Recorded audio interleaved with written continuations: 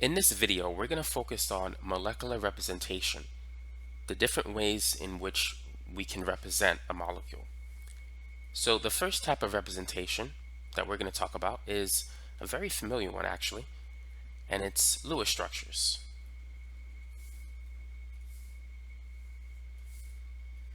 So here's one way in which you can write the Lewis structure for methane, CH4, where we're showing all of the bonds and all of the atoms. Another way in which we can write the Lewis structure for methane, instead of bonds, we can show the bonding electrons. Remember, every bond represents 2 electrons. So both of these examples are considered Lewis structures of methane. Now here's another example of a Lewis structure.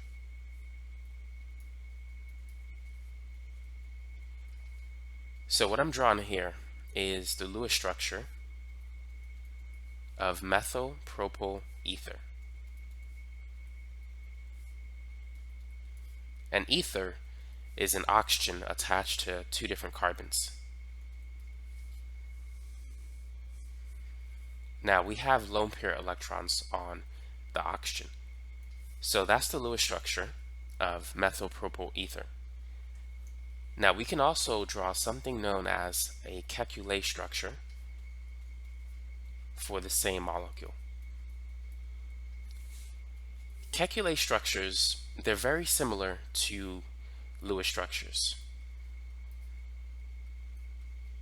Much in the same way that you would draw all of the bonds and all of the atoms. The only difference is typically the lone pairs are omitted. Now there are some sources that will keep the lone pairs for Kekule structures, but in other cases I've seen some textbooks where they omit the lone pairs. But Kekule structures and Lewis structures, they're very, very similar. But according to my textbook, the lone pairs are omitted.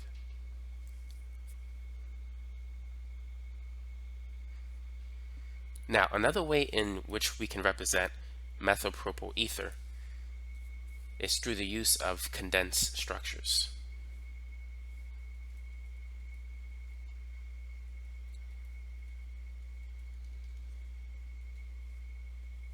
So what I have here is a partially condensed structure. It's not completely condensed because we can condense it further, but it's a partially condensed structure because I didn't show all of the bonds, but I did show some of the bonds. Now, in a completely condensed structure, all of the bonds will be omitted.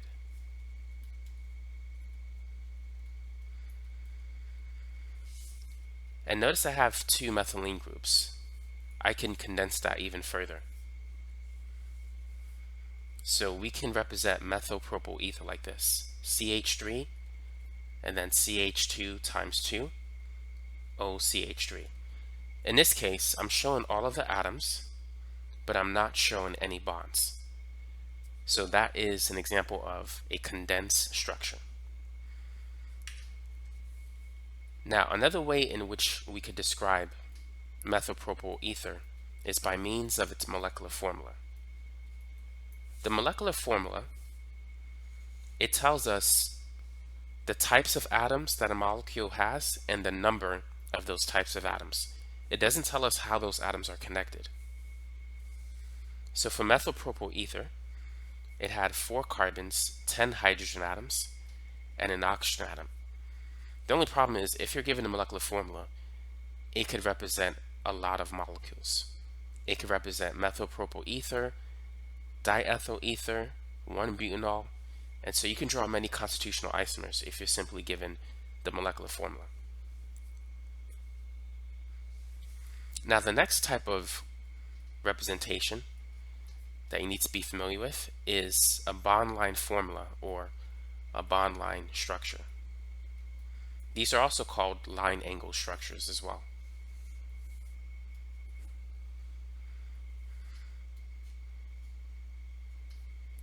So this is the bond line structure of methylpropyl ether. Every edge represents a carbon atom. So that's 3 carbon atoms on the left, 1 carbon atom on the right. So this is the bond line structure for hexane. This is the bond line structure for 1-hexene, which is an alkene. And for alkynes, you need to draw a straight line. So that is the bond line structure for 2-butyne. So there are 4 carbon atoms on that structure. 1, 2, 3, 4. Bond line structures are also known as skeletal structures. So if you're asked to draw a skeletal structure, you're being asked to draw a bond line structure.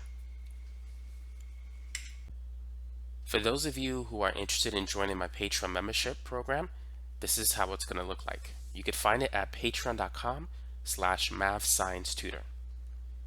Now, one of the things I want to mention is my organic chemistry exam 1 video. Part 1 is about 4 hours long. Part 2 is about almost 4 hours long as well.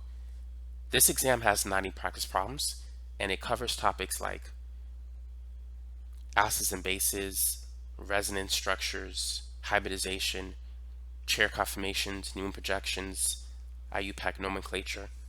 Pretty much the things that you're most likely to be tested on in the first exam within organic chemistry. So feel free to take a look at that when you get a chance. Now, if you do sign up, you do get access to other videos as well. If you click on this link, it'll show my other organic chemistry videos. The free versions are on YouTube, but here you can access the extended versions of those videos. So for instance, this video might be 10-20 minutes long on YouTube, but the full version is 1 hour long. Now I do have some worksheets here as well. I'm still building out some other ones. So feel free to check this page later to see any updates. In addition to all these videos, you'll be getting my Organic Chemistry 1 final exam review video, which is right here. So this video is about 6 hours long. It contains 100 practice problems. So I recommend watching this video ahead of time. You don't want to cram the night before because there's a lot of content on this video. Now, there are some other structures that you want to be familiar with. What I'm drawing here is called a perspective formula. In perspective formulas, you'll see dashes and wedges. So this is a wedge, and I'm going to put a fluorine atom on it. And on the dash, I'm going to put a hydrogen. On the other dash, I'm going to put an iodine atom on it. And on the wedge, let's put a hydroxyl group.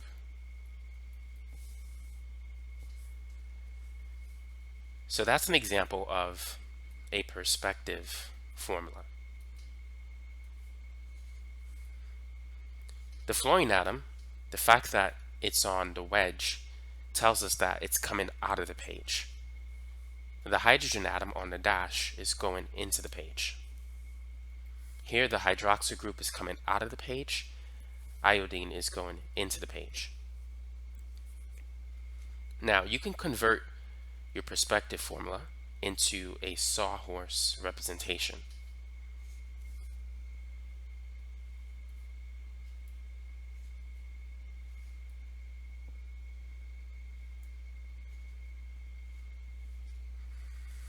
So here we have the methyl group on top. So if we were to number the carbons, this is carbon 1, 2, 3, and that's it. So here's carbon 1, here's 2, and carbon 3. Carbon 2 has a fluorine. Now, notice that the fluorine is coming out of the page. That's going to be on the right side. The hydrogen is going into the page. That's going to be on the left side. So here's the fluorine atom, and here is the hydrogen. Now the methyl group was up, the bromine group is down. So on carbon 3, we're going to have the bromine group going down. Now the fluorine, which is coming out of the page, that's to the right. The hydroxyl group is also coming out of the page, so that's going to be on the right side of the sawhorse projection. Hydrogen, which was going into the page, was on the left. So the same is true for iodine. That's going into the page, so it's going to be on the left side of the sawhorse projection. So that's a sawhorse representation of this perspective formula. Another representation is known as the Newman projection. If you have this sawhorse representation, it's going to be straightforward to draw the Newman projection. So first we're going to have a circle, and this is carbon 2 connected to carbon 1, which is right here. Carbon 2 also has exactly what we see here, the hydrogen and the fluorine atom. Now behind carbon 2 is carbon 3. So carbon 3, we can't see it, but it's behind carbon 2. But we could see the things attached to carbon 3, these three groups. So we're going to have the bromine at the bottom, the OH group in the upper right side, and iodine in the upper left side. So here's Br, OH, and iodine. So that is a Newman projection. Now there are other ways to represent formulas. So here is the bond line structure of a cycloalkane. But now let's add some functional groups to it. Let's put the OH on the wedge,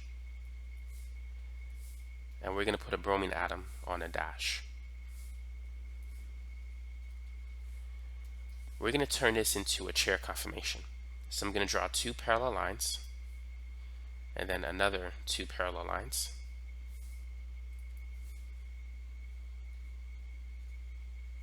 And then another set of parallel lines.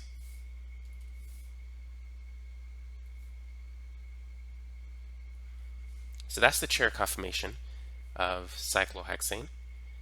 Now the OH group is coming out of the page. So I'm going to put it on top here. We're going to define that as carbon 1. Bromine is into the page, so it's going to be opposite to the OH. Here we have the trans isomer. This is out of the page, into the page. Here, this is trans as well. This is going up. This is opposite. It's going down. But that's the chair conformation for this structure. So that's another way in which we could represent a molecule, is by drawing the chair conformation, which typically applies for cyclohexane rings. Now, another way in which we can represent a molecule is through something known as a Fischer projection.